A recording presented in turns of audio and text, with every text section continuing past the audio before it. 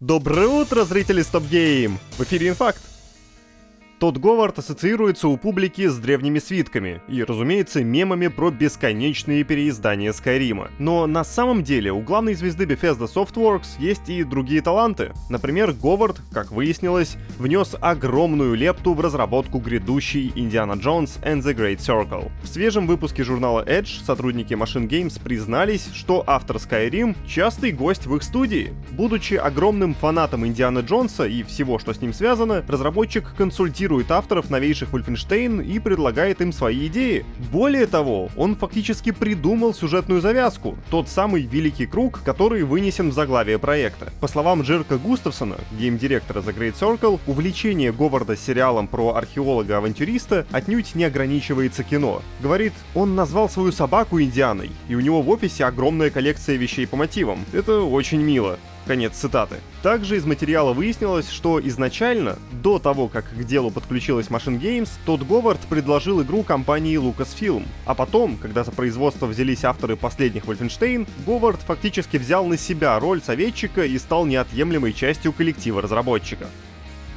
Пару дней назад Larian Studios выпустила крупный патч с контентом для Baldur's Gate 3. В 11 гигабайтах данных содержится много разного, но главное, что апдейт привнес в игру интегрированный менеджер модификаций, с помощью которого поклонники могут без лишних телодвижений скачивать и устанавливать пользовательские работы. И, они скачали. Свен Винке, глава Larian, заявил, что в течение первых суток после выхода обновы фанаты накатили больше 1 миллиона модов на RPG. Каких именно, правда, Винке не уточнил. Пока что контент-патч, а с ним и менеджер модов, доступны лишь на ПК. В дальнейшем Larian Studios планирует выпустить обновления и на консолях, но когда именно, остается загадкой. Студия не планирует бросать игру и после этого патча. В дальнейшем она собирается добавить как минимум фоторежим и кроссплей. К слову, ранее считалось, что недавний патч станет для игры последним крупным обновлением, но не тут-то было. Майкл Даус заявил, что фэнтезийную RPG ждут и другие интересности. Издательский директор Larian не стал вдаваться в подробности, чтобы не накладывать лишнее давление на студию. Хотите час геймплея обновленный Silent Hill 2 с комментариями японских стримеров? Нет? Ну, кусочек я все равно покажу. Этот геймплей — запись эфира Two Bro. В рамках трансляции стримеры изучили вступление игры. Напомню, что завязка в переиздании точно та же, что и в оригинале. Человек по имени Джеймс Сандерленд получает записку от своей жены Мэри и отправляется в городок Silent Hill. Загвоздка в том, что его возлюбленная ушла из жизни, а мертвые не пишут писем. В Silent Hill Джеймс встретит колоритных персонажей, в том числе Марию, подозрительно похожую на Мэри. Если хотите рассмотреть, как завязку реализовали в ремейке, можете найти запись эфира в заметке на сайте. Весной Microsoft огорчила публику, объявив о закрытии нескольких внутренних студий Bethesda Softworks. Под удар тогда, кроме прочих команд, попала Tango Gameworks. Она, к счастью, все же восстала из пепла. Летом компанию выкупили и даже предложили большей части сотрудников их старые рабочие места. Странная история удивила Синдзи Миками, основателя Tango Gameworks, который покинул студию после релиза Hi-Fi. Недавно он побеседовал с IGN на тему грядущего переиздания Shadows of the Dam, и разговор неминуемо вышел за пределы обсуждения долгожданного ремастера. Геймдизайнер все эти месяцы старался как можно лаконичнее комментировать ситуацию с Танго, но теперь, когда опасность миновала, он поделился любопытными размышлениями по поводу случившегося. Как выяснилось, маэстро покинул компанию в полной уверенности, что ей ничего не грозит. Еще бы, ведь кому придет в голову распускать команду, ответственную за один из ярчайших хитов 2023 года. К счастью, на выручку команде пришло издательство Крафтон, которое быстро подхватило оставшийся без работы коллектив и даже выкупило права на игру. Миками считает, что из всей этой истории можно извлечь ценный урок. Вот что он сказал. «Случившееся напомнило мне, что если ты делаешь толковую игру, кто-нибудь ее обязательно купит. Труды разработчиков Hi-Fi Rush привели к началу новой главы в истории компании. Я считаю, что выжить студиям в куда большей степени помогают хорошие игры, а не популярные». Конец цитаты.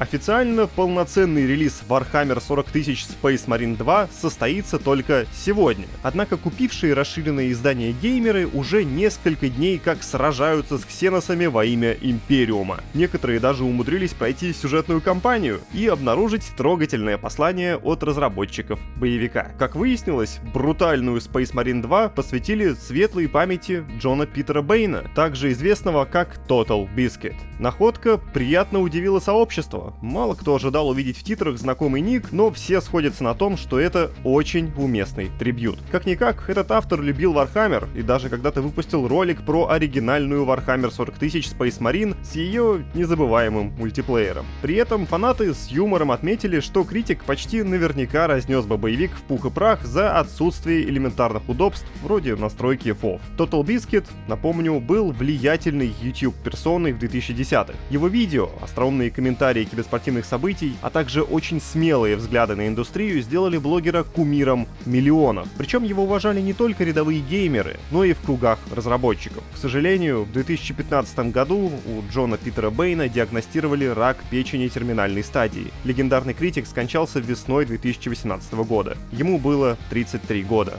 Стоит отметить, что Warhammer 40 000 Space Marine 2 не первая игра, авторы которой отдали должное наследию Total Biscuit. Отсылки к его интернет-образу можно найти в RuneScape, в моде Calamity для Terraria и даже в Doom Eternal. Кроме того, в 2018-м Европейская киберспортивная лига ESL посмертно ввела Бэйна в зал славы киберспорта.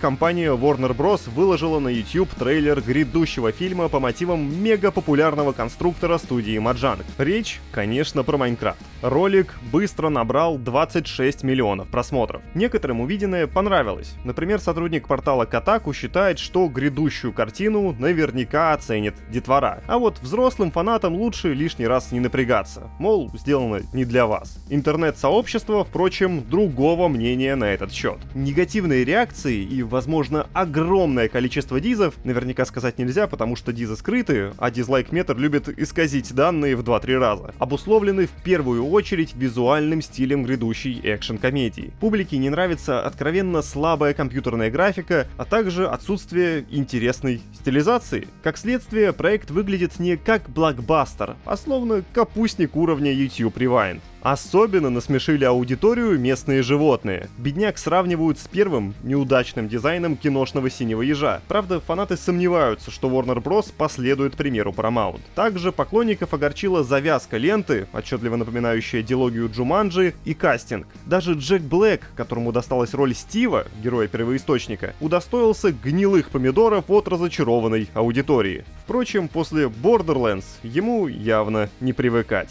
Что символично, автор исходной игры, Маркус Персон, в целом нейтрально отнесся к трейлеру. Он не вызвал у него восторгов, но геймдизайнер подытожил, что лента при всех своих очевидных недостатках смотрится безобидно. Персона это устраивает, поскольку он давно оставил конструктор позади и сейчас занимается другими проектами. А вам предлагаю заняться чтением новых материалов на stopgame.ru. На выбор есть обзор Dustborn от Катерины Краснопольской, обзор Quidditch Champions от Алексея Лихачева и материал Игоря Ерошева о том, почему Ashes Hard Reset — это разочарование. Ссылки на все это ждут вас в описании. Не забудьте поставить лайк и хорошего вам понедельника. Пока!